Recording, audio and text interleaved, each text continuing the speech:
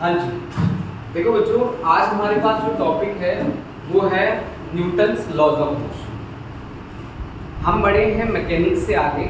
Mechanics तक हमने जो पढ़ा था वो था मोशन के बारे में, लेकिन हमने उन फैक्टर्स को स्टडी नहीं किया जो मोशन के लिए रिस्पॉन्सिबल थे। आज हम उन फैक्टर के साथ भी डील करेंगे जो मोशन के लिए रिस्पॉन्सिबल है। बेसिकली हमारा जो न्यूटन्स लॉज ऑफ मोशन वाला यूनिट है वो डायनेमिक्स के अंदर आता है। डायनेमिक्स का मतलब है ये मोशन से ही डील करेगा, और इसके साथ साथ एक चीज ऐड हो जाएगी कि ये डील करेगा उन सारे फैक्टर से जो मोशन के लिए रिस्पॉन्सिबल है। हमें एनएलएम में बेसिकली कॉन्टैक्ट फोर्सेस के बारे में डिस्कस करना है, स्टडी करना है। कॉन्टैक्ट फोर्सेस हमारी रहेंगी, वेट रहेगा, नॉर्मल रिएक्शन रहेगा, force of friction, tension and spring force हमारी रहने वाली है। ये 5 कॉन्टैक्ट फोर्सेस हैं जो आज हमें यहाँ डिस्कस करनी है और इनके साथ हमें डील करना है। स्टूडेंट्स, हम अपना टॉपिक स्टार्ट कर रहे हैं आज। वो है हमारा फर्स्ट टॉपिक, फोर्स, मोमेंटम और न्यूटन के लॉ। तो फोर्स के लिए हम जो बात बोलते हैं वो क्या बात होती है? हम कहते हैं कि फोर्स इज ए पुल और पुश। ये एक धक्का है या खिंचाव है जिसका काम क्या होता है बच्चों? अगर कोई ऑब्जेक्ट रेस्ट में है तो उसको मोशन में लाना या फिर मोशन में लाने की कोशिश करना, राइट? और अगर मोशन में है तो उसको रेस्ट में लाना या फिर लाने की कोशिश करना। और तीसरा और सबसे इंपॉर्टेंट काम है बच्चों, या तो डायरेक्शन को चेंज कर देना या फिर डायरेक्शन को चेंज करने की कोशिश करना। सही बात है, गलत बात? बिल्कुल सही बात है। यही काम होते हैं फोर्स के, मतलब डायरेक्शन को भी चेंज करता है फोर्स, ठीक है? क्योंकि न्यूटन कहते हैं कि हमारे नेचर में हर पार्टिकल की टेंडेंसी क्या है? स्ट्रेट लाइन पाथ ट्रेवल करने की है। कब तक? जब तक कि उसके ऊपर एक्स्ट्रा फोर्स ना लगाई जाए। आज का हमारा जो फर्स्ट आर्टिकल है वो है बच्चों मोमेंटम। हम स्टार्टिंग जो करने जा रहे हैं वो टॉपिक बनेगा हमारा मोमेंटम।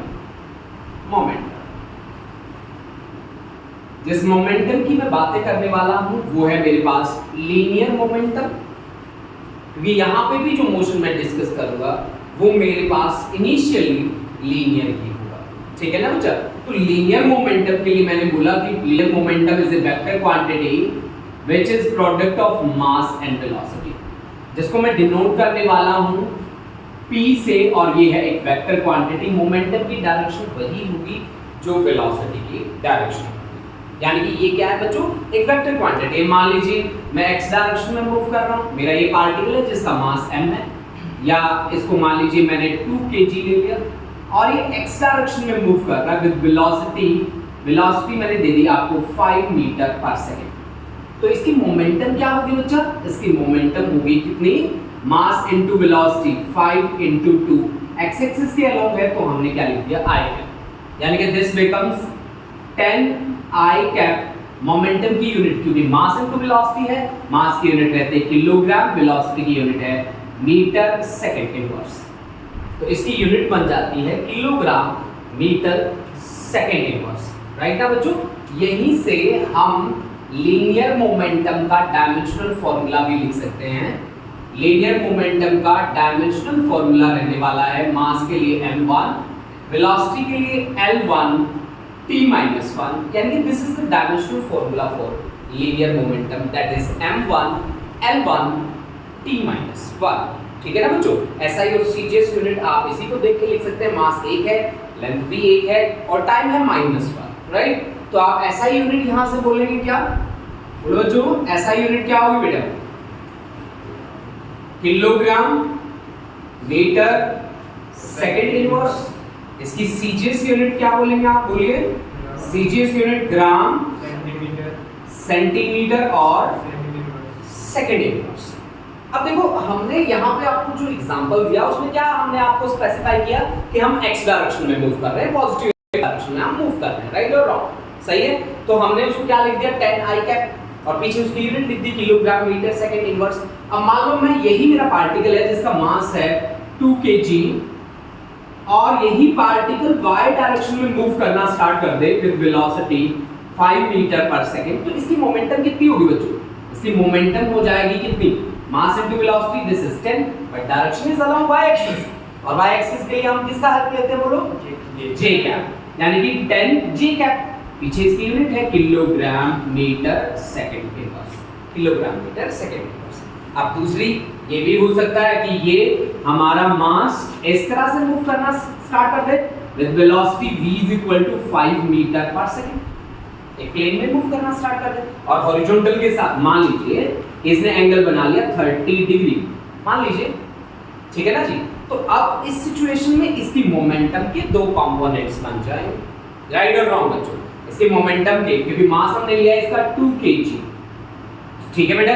तो इसकी मोमेंटम कितनी होगी? मोमेंटम का मैग्नीट्यूड कितना हो गया? 5 × 2 दिस इज 10, मैग्नीट्यूड तो यही हो गया।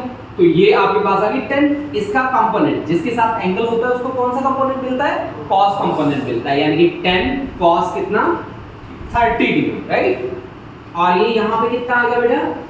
10 sin 30 डिग्री। cos 30 डिग्री की वैल्यू कितनी होती है बच्चों? √3/2, यानी कि 10 × √3/2 दिस इज 5/√3, राइट ना। और sin 30 डिग्री की वैल्यू कितनी होती है बच्चों? 1/2, तो दिस इज 10 × 1/2 दिस इज 5। तो ये 5 जो कंपोनेंट है वो y एक्सिस के अलोंग है और 5/√3 x एक्सिस के अलोंग है। तो अब आपकी जो मोमेंटम है वो क्या बन गई? 5/√3 i कैप प्लस कितना? 5j कैप, पीछे इसकी unit kilogram metre second inverse. तो आप कुछ इस तरह से क्या कर सकते हैं? डील कर सकते हैं बच्चों मोमेंटम के साथ, यानी कि मोमेंटम के साथ अगर आपने डील करना हो तो आप रिजॉल्व करने वाले कॉन्सेप्ट का यूज करके भी आप काम कर सकते हो। सीधा x y या कोई भी डायरेक्शन दे रखी हो आप उसके अकॉर्डिंग काम कर सकते हो। अगर प्लस साइन लिखा है मतलब पॉजिटिव डायरेक्शन, माइनस लिखा है मतलब नेगेटिव डायरेक्शन, मतलब उसका क्या रहेगा बच्चा? Negative direction. अब देखो बच्चों, अब हमारी जो बातें हैं वो बातें हमारी स्टार्ट होती हैं न्यूटन के लॉज पे, कि न्यूटन के लॉ हमें क्या कहते हैं। बहुत ही सिंपल है ये, और इन्हीं लॉज पे बेस होके हम कुछ क्वेश्चंस भी बनाएंगे, इन्हीं लॉज पे बेस होके हम अलग से कॉन्सेप्ट भी डिजाइन करेंगे। बच्चों स्टार्टिंग हम करते हैं न्यूटन के फर्स्ट लॉ से, क्योंकि हमने एक्सप्लेन करना अभी न्यूटन के फर्स्ट लॉ। क्या है न्यूटन का फर्स्ट लॉ? आप सबको याद होगा न्यूटन का फर्स्ट लॉ, बोलो। न्यूटन का first law, Newton's first law, Newton's first law, बोलो भी बच्चों क्या है न्यूटन का फर्स्ट लॉ? सुना होगा आप लोगों ने, क्या बोलो, बताओ न्यूटन का फर्स्ट लॉ क्या है?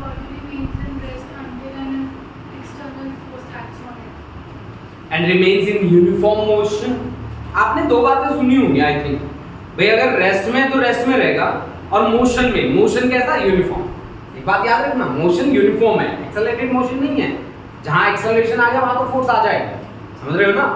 यानी कि आपको न्यूटन का फर्स्ट लॉ क्या कहता है कि अगर आप चल रहे हो यूनिफॉर्मली तो चलते रहोगे, रेस्ट में हो तो रेस्ट में रहोगे, ठीक है ना। और आप एक डायरेक्शन में चल रहे हो तो डायरेक्शन में चलते रहोगे। कब तक? जब तक कि आपके ऊपर एक्स्ट्रा फोर्स ना लगे, ठीक है। यानी कि एक्स्ट्रा फोर्स जो है वो आपकी स्टेट को चेंज कर सकती है, समझ रहे हो? आपकी स्टेट कौन सी स्टेट बेटा? रेस्ट वाली स्टेट, या फिर यूनिफॉर्म मोशन वाली स्टेट, या फिर एक लीनियर डायरेक्शन में चलने वाली स्टेट। आपने बोर्ड फोकस करना है बेटा। हाँ जी जी, आप मत देखो कि वीडियो में क्या चल रहा है, ये तो फाइनली मैं एडिट करके यूट्यूब पे लगा ही दूंगा। आप टेंशन मत लो, रिलैक्स होके बैठो ना। ऐसे क्यों बैठे हो जैसे आप ही बना रहे हो वीडियो, है ना। चलो अब देखो, अब हम न्यूटन के फर्स्ट लॉ को लॉ ऑफ इनर्शिया भी बोलते हैं बच्चों। अब इनर्शिया क्या चीज है? न्यूटन के फर्स्ट लॉ को एक और नाम दिया गया है जिसका नाम है law of inertia. Law of inertia. Inertia का क्या मतलब है बच्चा? इनर्शिया का मतलब है हमारी नेचर में हर ऑब्जेक्ट अपने अंदर आने वाले चेंज को अपोज करता है। जैसे मान लो कि मैं इस दीवार को धक्का दे रहा हूं, अगर ये अपोज ना कर रही होती तो मैं इसको खिसका के वहां तक ले जाता। अपोज कर रही है ऑफ कोर्स, और बहुत ज्यादा अपोज कर रही है, राइट और रॉन्ग? कर रही है ना अपोज। अब ज्यादा अपोज क्यों कर रही है? क्योंकि इसका मास बहुत ज्यादा है। अगर इसका मास कम होता और काफी कम होता तो मैं इसको स्लाइटली धीरे धीरे इधर सरका भी देता। सही है, यानी कि लीनियर मोशन में, क्योंकि मैंने बोला कि मैं यहाँ लीनियर मोशन को डिस्कस करने वाला हूं, तो लीनियर मोशन में इनर्शिया का रोल प्ले कौन करेगा? मास।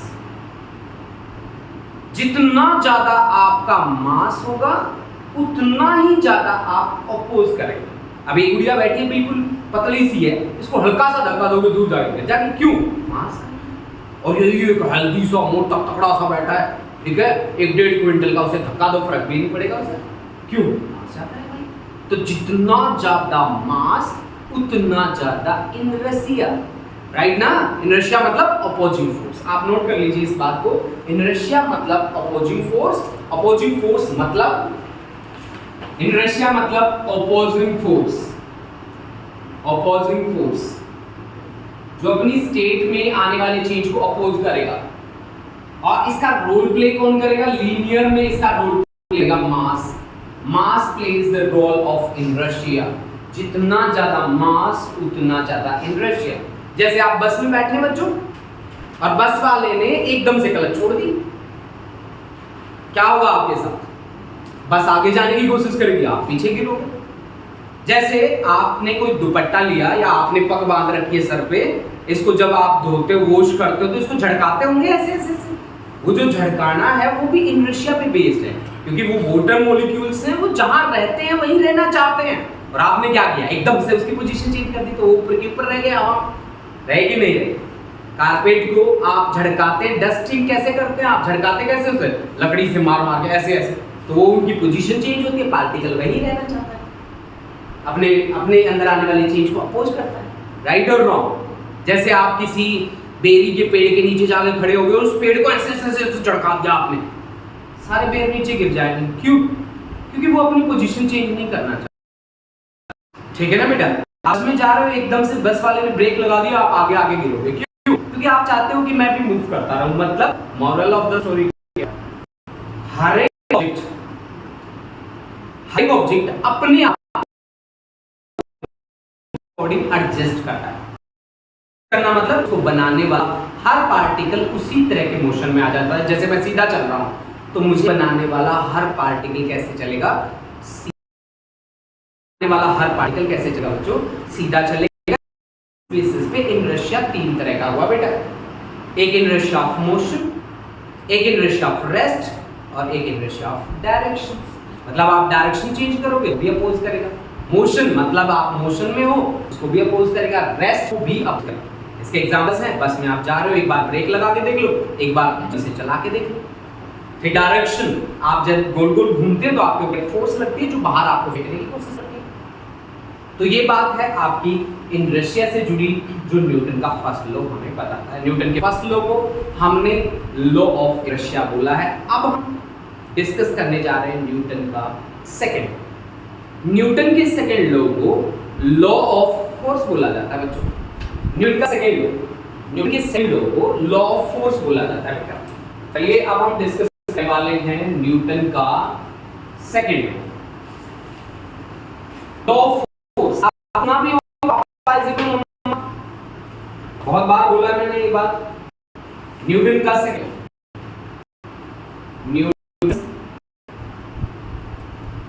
न्यूटन सेकंड बहुत ही इंपॉर्टेंट है बच्चों ये। इस लॉ को रियल लॉ ऑफ मोशन भी कहा जाता है कई जगह। सही है?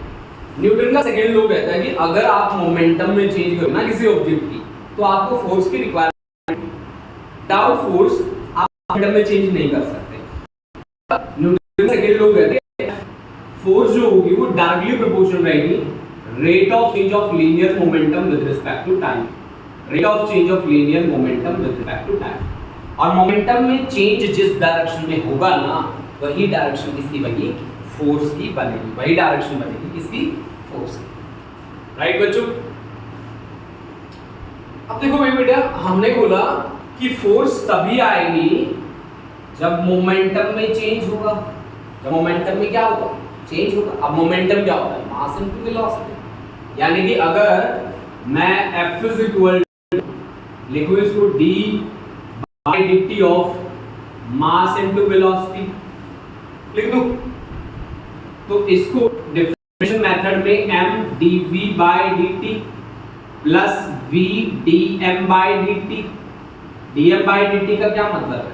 dm by dt कहता है कि यहाँ पे मास क्या है, वेरिएबल है, और मास वेरी कर भी सकता है बच्चों। आपने देखा भी है हमारी डेली लाइफ में, जब आप मोशन में होते हैं, जैसे आप बाइक लेके आए, बाइक को जब पहले गियर में होता है बाइक भारी लगता है हमें, जब उसकी स्पीड हम पूरी बढ़ा देते हैं तो बिल्कुल हल्का लगता है। और इसका एग्जांपल हम देखते भी हैं कि जब हम ब्रेक लगाते हैं बहुत तेज भागते बाइक की तो रुकता नहीं है, क्यों? क्योंकि फ्रिक्शन सही से काम नहीं करता, राइट? फ्रिक्शन क्यों नहीं काम करता? क्योंकि उसका वेट काम नहीं कर रहा होता है। एक्चुअली वेट मतलब मास हो सकता है वेरी कर रहा हो, जी की वैल्यू रहती है सही बात है। तो मास वेरिएबल हो सकता है, मास वेरिएबल हो सकता है। इसका एक फॉर्मूला भी बनता है जो निकाला गया है, m = m naught upon under root of 1 minus v square divide by c square. लेकिन ये कॉन्सेप्ट है रिलेटिविटी का, थ्योरी ऑफ रिलेटिविटी से लिया गया है। हालांकि हम यहाँ पे जितना भी काम करके चलेंगे उसमें यही मान के चलेंगे कि मास क्या रहता है, कांस्टेंट। तो कांस्टेंट रहता है तो उसका डिफरेंशिएशन कितना? 0, ऑफ कोर्स 0। तो हमारे पास आएगा f इक्वल टू बाकी बचेगा m dv by dt। dv by dt is instantaneous acceleration, right? dv by dt क्या होगा? acceleration, rate of change of velocity with respect to time. So I can write it as f is equal to mass into acceleration. This relation is known as papa is equal to mama relation, ठीक है ना? father is equal to mom, ठीक है बच्चों? इस relation का नाम है father is equal to mom, सही है? अब मैं आपको एक बात बता दूं, क्योंकि आपने इंस्टेंटेनियस के लिए काम किया, तो ये जो फोर्स आपके पास आई है ना, इस फोर्स को मैं इंस्टेंटेनियस फोर्स अगर मैं कहूँ ना तो कोई गलत नहीं है, क्योंकि मैंने F = dp by dt करके निकाला है। तो यानी कि मैं इस फोर्स का नाम लिख देता हूँ instantaneous force, instantaneous force, instantaneous force. F = dp by dt से हमने एक कॉन्सेप्ट बनाया है, मैंने इसका नाम लिख दिया इंस्टेंटेनियस, ठीक है ना बेटा? ये फोर्स कैसी है? एक पार्टिकल के लिए एप्लीकेबल है, एक सिंगल पार्टिकल के लिए एप्लीकेबल है फोर्स, एप्लीकेबल है। एक सिंगल पार्टिकल के लिए क्या है बच्चा? एप्लीकेबल है। ये एक वेक्टर क्वांटिटी है, यानी कि मैं इसका अगर x कंपोनेंट निकालना चाहूं तो एक्सेलरेशन का भी मुझे x कंपोनेंट निकालना होगा, मोमेंटम में चेंज जो हुई है x डायरेक्शन में वो मुझे चेक करना होगा। इसी तरह से y कंपोनेंट अगर मैं निकालना चाहूं तो मेरे को dpy by dt मेरे पास आ जाएगा, that is equal to mass into acceleration along y axis, सही है? इसी तरह से अगर मैं z कंपोनेंट निकालना चाहूं तो dpz divide by dt that is equal to mass into acceleration along z axis. अगर मैं वेक्टर लेके चल रहा हूं तो ये लो जी डायरेक्शन लगा, मैग्नीट्यूड अगर मैं लेता होता तो सीधा fx लिख देता, ऊपर मैंने एरो लगाया मतलब वो क्या है? वेक्टर क्वांटिटी, मतलब x डायरेक्शन के अलोंग मेरी फोर्स कितनी होगी, y के अलोंग मेरी फोर्स कितनी होगी, और z के अलोंग मेरी फोर्स कितनी। आप सबको पता है बच्चों कि फोर्स जो है उसका डायमेंशनल फॉर्मूला तो सबको याद होगा, क्या होता है डायमेंशनल फॉर्मूला? m1 l1 यानी कि उसका फोर्स का जो डायमेंशनल फॉर्मूला है वो है m1 l1 t-2। ये जो फोर्स के जो छापे थे वो न्यूटन ने करे थे, सारे पंगे न्यूटन ने करे थे। तो इसकी एसआई यूनिट का नाम क्या है? बोलो बेटा, एसआई यूनिट का नाम है इसका न्यूटन। न्यूटन को देख के लिखो बेटा, यहां से बोलो kilogram metre second power minus. इसकी जो सीजीएस यूनिट है उसका नाम इसकी बी के नाम पे रखा गया है, और क्या है इसकी बीवी का नाम? बोलो डायन। यानी कि ये रिकॉर्ड हो रहा है, अब मैं अकेला गुनेगार नहीं हूँ, है ना? तुम सारे गुनेगार हो। डायन में किलोग्राम की जगह बोलो ग्राम सेंटीमीटर पर सेकेंड स्क्वायर। ध्यान रखिएगा 1 न्यूटन इज इक्वल टू 10 की पावर 5 डायन। ठीक है ना बच्चों, 1 न्यूटन इज इक्वल टू 10 की पावर 5 डायन। अब देखो बच्चों, हमने आप लोगों को एक बात स्पेशली बताई है कि वेट भी अपने आप में एक फोर्स होता है। ऑब्जेक्ट का जो वेट है वो भी अपने आप में एक फोर्स है। सही बात है गलत बात है? तो अगर मैं आपसे बोलूं कि मेरा मास जो है वो 1 kg है, तो फोर्स कितनी लगाएगा आपके ऊपर? तो आप बोलोगे सर वेट mg, राइट और रॉन्ग? सही है। तो यानी कि 1 किलोग्राम अपने आप में फोर्स बन सकता है। 1 kilogram force that becomes the gravitational unit of force, gravitational unit of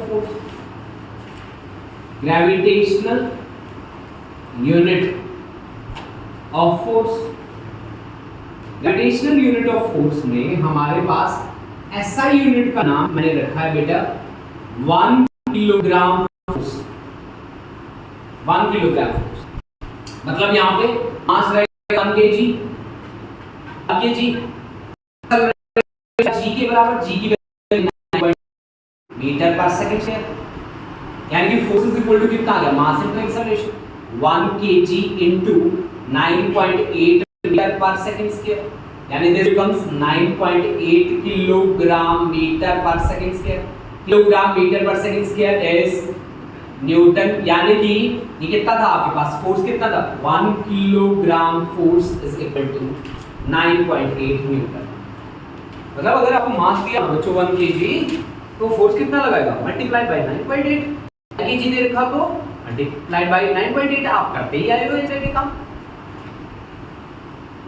दूसरा उसका सीजीएस यूनिट। सीजीएस यूनिट में 1 किलोग्राम था, यहां ग्राम लगा दिया। CGS unit is 1 gram force. 1 gram force में मास कितना होगा? 1 ग्राम। एक्सेलरेशन कितना होगा? g की वैल्यू सीजीएस सिस्टम में कितनी होती है? 9.8 था, 980। सही है, ठीक है ना बेटा? तो आपने क्या लिखा? 1 ग्राम, यहाँ पे मास 1 ग्राम, एक्सेलरेशन 980 सेंटीमीटर पर second. This is the value of acceleration due to gravity in CGS system. G small g in CGS system. In CGS system. That is, this becomes 980 gram centimeter per second square. 980 gram centimeter per second square. Gram centimetre पर second square किसके बराबर है? डायन। यानी कि एक जो GF होती है ना, वो 980 डायन के बराबर होती है बच्चों। समझ रहे हो ना? Specially in 11। वैसे पंगे तो मोल भी मत ले लेना, है ना? भूल गई। समझ रहे हो? देख लो, चाहे फिजिक्स भी कहती है कि 1 GF इक्वल टू 980 डायन। तो ये पंगा आपने मोल नहीं लेना। 980 डायन, एक डायन ही भाई, है ना? सही है। तो ये था हमारे पास, एक तो ग्रेविटेशनल यूनिट मैंने लिखी और दूसरी मैंने एब्सोल्यूट यूनिट लिखी बच्चों, जिसका नाम न्यूटन है यहाँ पे। तो ये था न्यूटन का। बच्चों इससे कुछ छोटी बातें हम डिस्कस करते हैं। ध्यान रखिएगा, पूरे कॉन्सेप्ट में मैंने मास को क्या कहा है? कांस्टेंट। मास को वेरिएबल नहीं लिया मैंने, अब ध्यान रखना। लेकिन थ्योरी ऑफ रिलेटिविटी कहती है मास भी है बच्चों, वेरिएबल है। चलिए अब अपनी बात को आगे बढ़ाते हैं, 2 क्वेश्चन बनाते हैं, फिर देखते हैं, ठीक है? अब इसी में न्यूटन के सेकंड लॉ का ही एक कॉन्सेप्ट बनता है जिसका नाम है इंपल्स। इंपल्सिव फोर्स क्या चीज है, उनको हम एक्सप्लेन करेंगे, उन पे क्वेश्चंस बनाएंगे, ठीक है जी? चलिए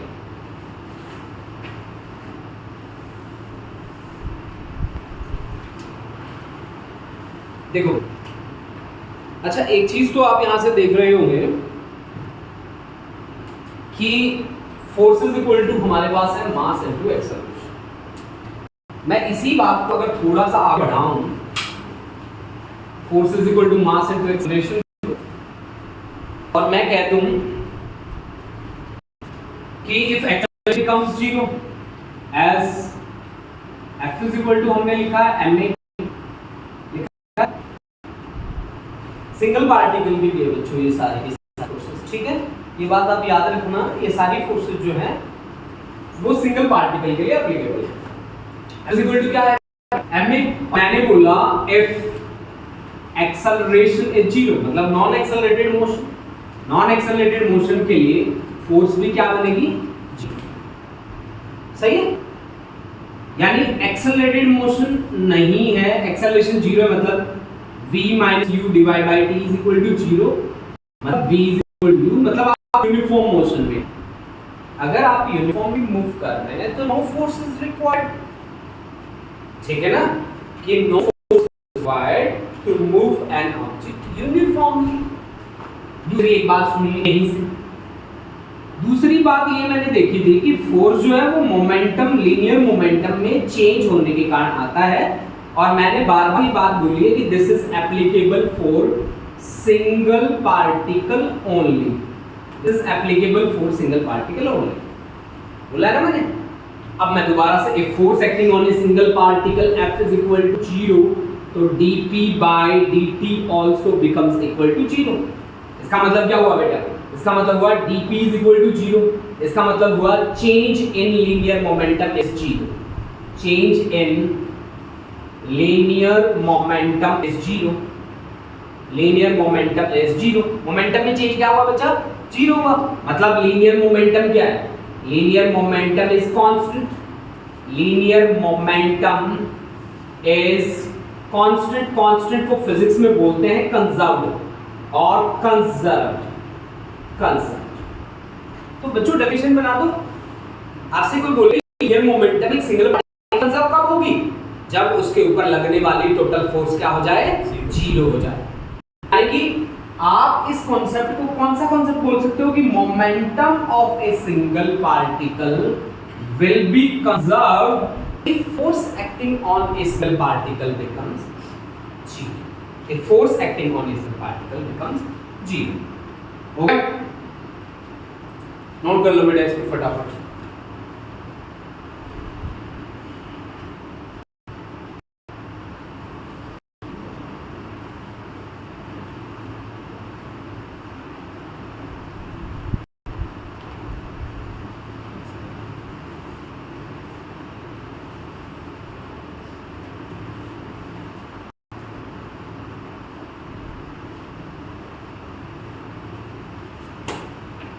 हाँ जी, डन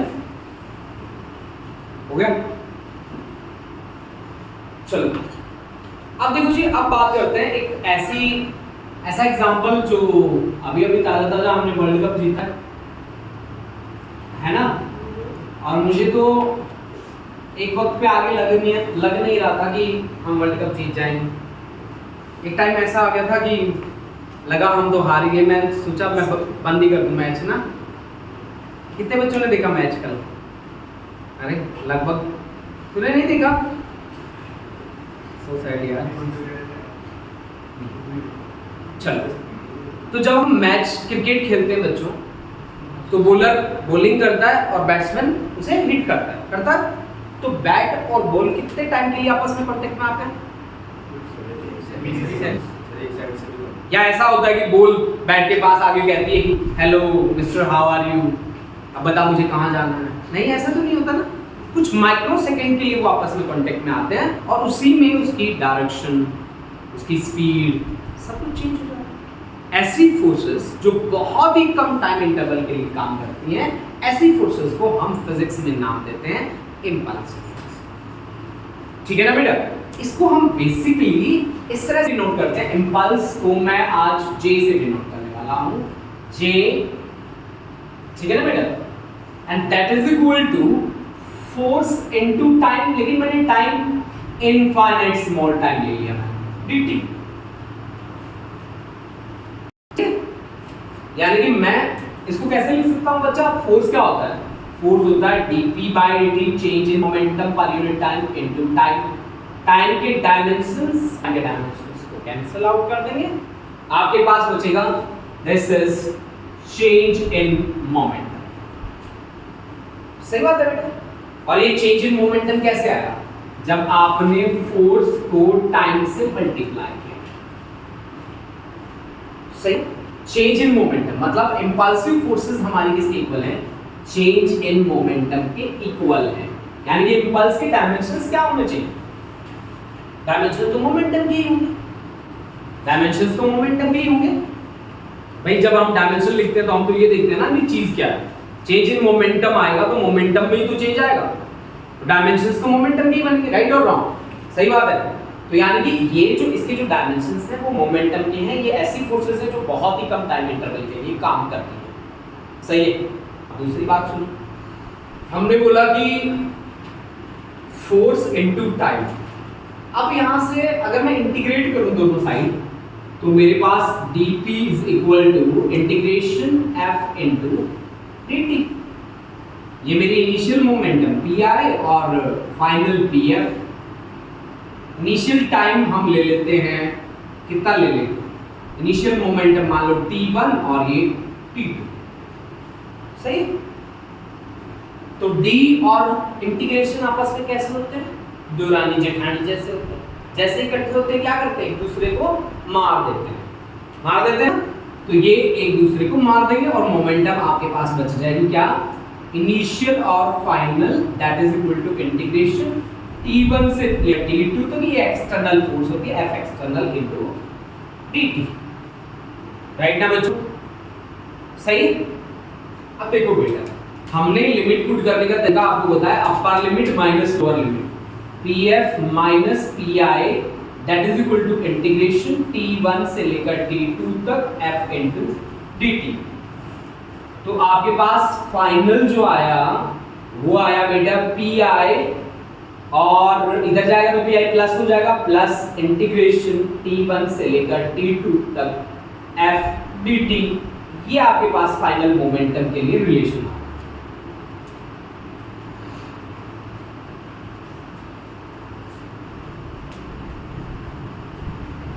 फाइनल वेलोसिटी इंक्रीज भी कर सकती है और फाइनल वेलोसिटी तो डिक्रीज भी कर सकती है।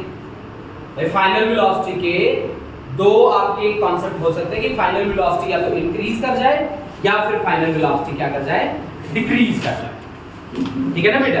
भाई फाइनल वेलोसिटी जो इंक्रीज करेगी तो फाइनल मोमेंटम इंक्रीज करेगी, और फाइनल वेलोसिटी जो डिक्रीज करेगी तो फिर final momentum, final velocity decrease तो final momentum decrease of course. तो मैंने क्या बात बोली? मैंने बात बोली कि यहाँ पे फोर्स दो तरह की हो सकती है, एक तो एक्सेलरेशन वाली, एक रिटार्डेशन वाली। सही है। ये आपकी फोर्स है एक्सेलरेशन वाली, तो बच्चों यूज कर लो फाइनल मोमेंटम के लिए relation pf is equal to initial momentum plus integration t1 से लेकर t2 तक f dt के लिए, राइट ना? और ये आपकी फोर्स है रिटार्डेशन वाली, मतलब नेगेटिव एक्सेलरेशन, रिटार्डेशन वाली फोर्स है। तो आप फाइनल के लिए यूज कर लो बच्चा pi माइनस कर दो t1 से लेकर t2 तक f into dt। pf is equal to pi minus integration f1 से लेकर f2। ठीक है ना जी? नोट करो बेटा इसे।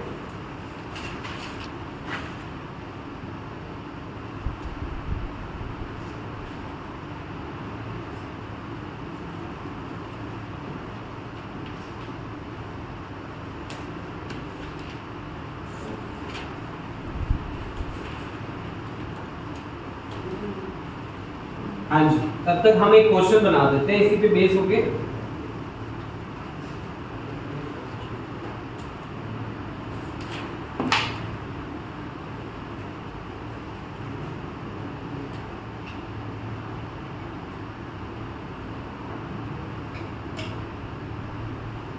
मेरे पास एक फोर्स मुझे दिया गया है F = 3t², जो 2 kg मास पे अप्लाई किया है हमने।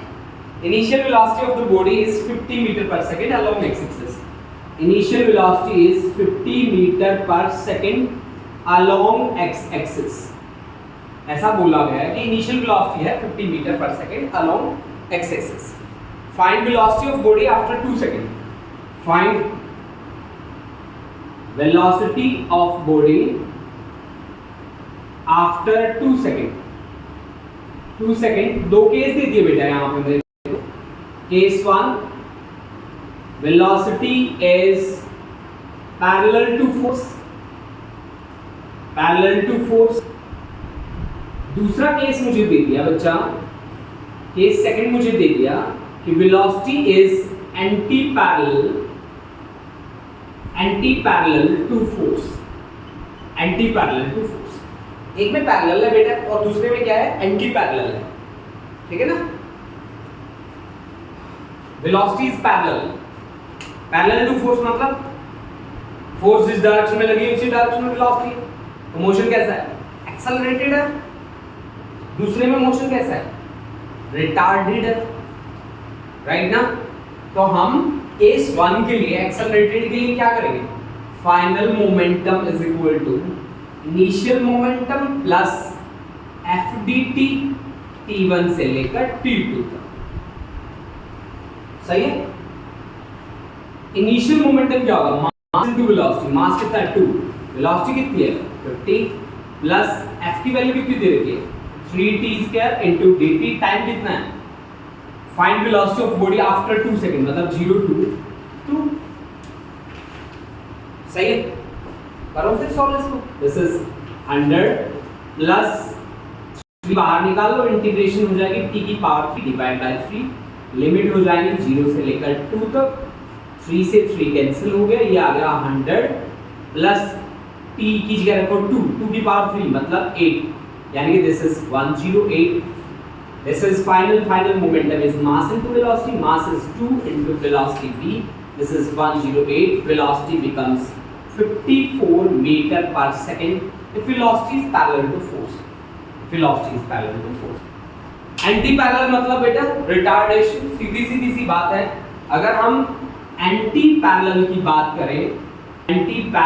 बात करें, तो केवल कॉन्सेप्ट में इतना आ जाएगा कि यहाँ -8 आ जाएगा, यानी कि यहां mass into velocity is equal to 100 minus 8। This is mv is equal to कितना 92 ना बेटा। तो velocity v is equal to 92 upon mass is 2 4 जा 46 metre per second final velocity. Right बच्चों, तो इस तरह से आप काम कर सकते हैं इसके साथ, इंपल्स के साथ। इसको इंपल्स मोमेंटम थ्योरम भी बोलते हैं बच्चों, ध्यान रखिएगा। इसको इंपल्स मोमेंटम थ्योरम भी बोला जाता है। इसका नाम रखा जाता है बेटा impulse momentum theorem, impulse momentum theorem.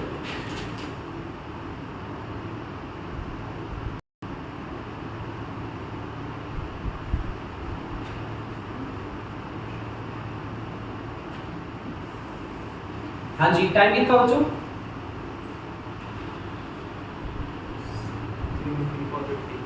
50 है। चलो एक इंट्रोडक्शन करते हैं हम कॉन्टैक्ट फोर्सेस का, उसके बाद हम क्लास को यही वाइंड अप करेंगे और नेक्स्ट लेक्चर करेंगे कॉन्टैक्ट फोर्सेस के ऊपर। उसके क्वेश्चंस भी करवा दें आप। आज घर जाके इसको एक बार ब्रीफ ले लेना, ठीक है। जितना मैंने आपको पढ़ाया है उसको आप अच्छे से कवर कर लेना।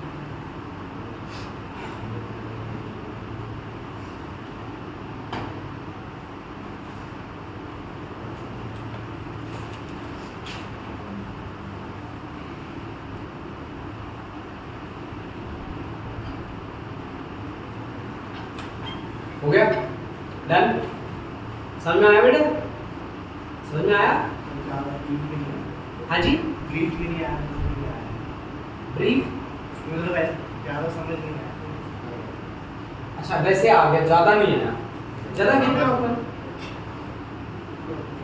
इसके हम क्वेश्चंस करेंगे और भी क्वेश्चन करेंगे बेटा, हो जाएगा।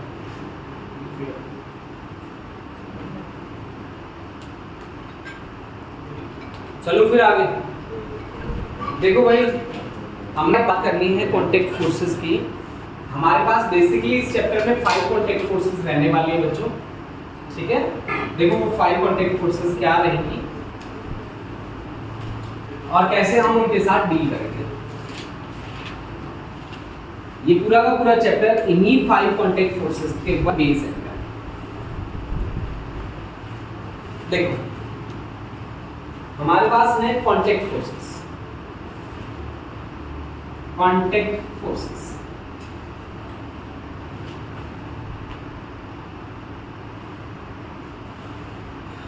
बच्चों हमारे पास यहाँ पे 5 कांटेक्ट फोर्सेस रहने वाले हैं, जिसमें पहला नंबर आता है वेट का, जो होगा आपके पास m/g के बराबर। दूसरा रहने वाला है हमारे पास नॉर्मल रिएक्शन, नॉर्मल आरएक्शन लिख रहा हूं मैं इसको, रिएक्शन। तीसरा मेरे पास रहने वाला है टेंशन का। फोर्थ मेरे पास है spring force, and the fifth and last one is friction. Friction. तो बच्चों हमें इन सब के साथ डील करना है इस पूरे चैप्टर में, और इनके ऊपर बेस होकर हमें क्वेश्चंस बनाने हैं।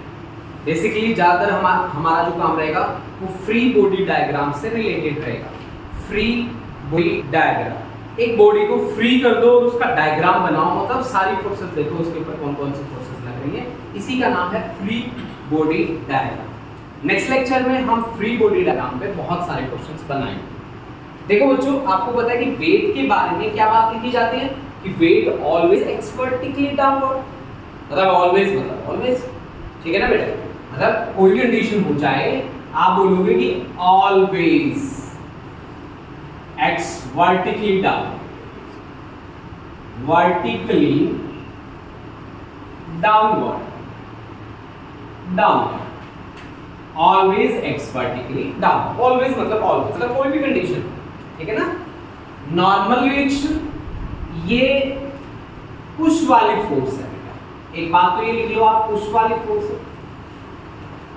वेट जो है वो पुल है, अर्थ का ग्रेविटेशनल पुल बोलते हैं, पुल वाली फोर्स, ये पुश वाली फोर्स,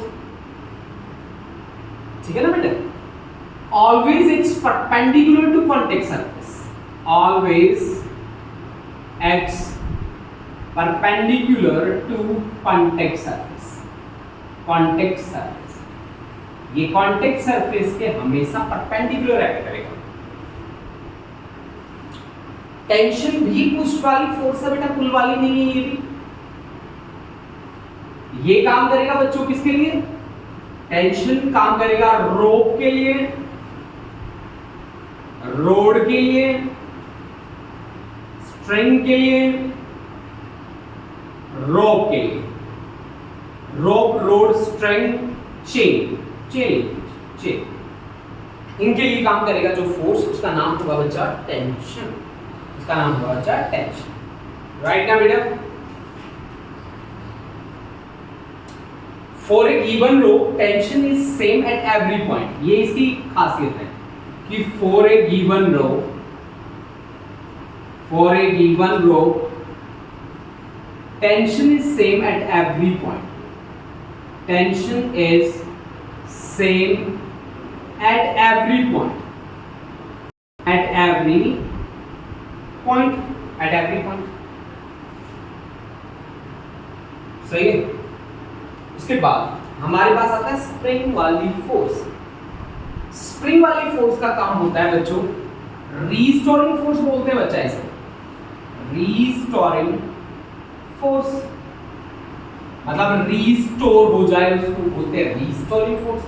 मतलब जैसे आपके पास एक स्प्रिंग है, आपने इस स्प्रिंग को खींचा, फोर्स लगाई F, इसमें एक्सटेंशन आ गई बेटा, मान लो X एक्सटेंशन आ गई, इतनी एक्सटेंशन आ गई X, आपने फोर्स को रिमूव कर दिया, और जैसे ही आपने फोर्स को रिमूव किया ये वापस आ गया, तो इसके लिए जो फोर्स रिस्पॉन्सिबल होगी वो होगी F is equal to minus of kx।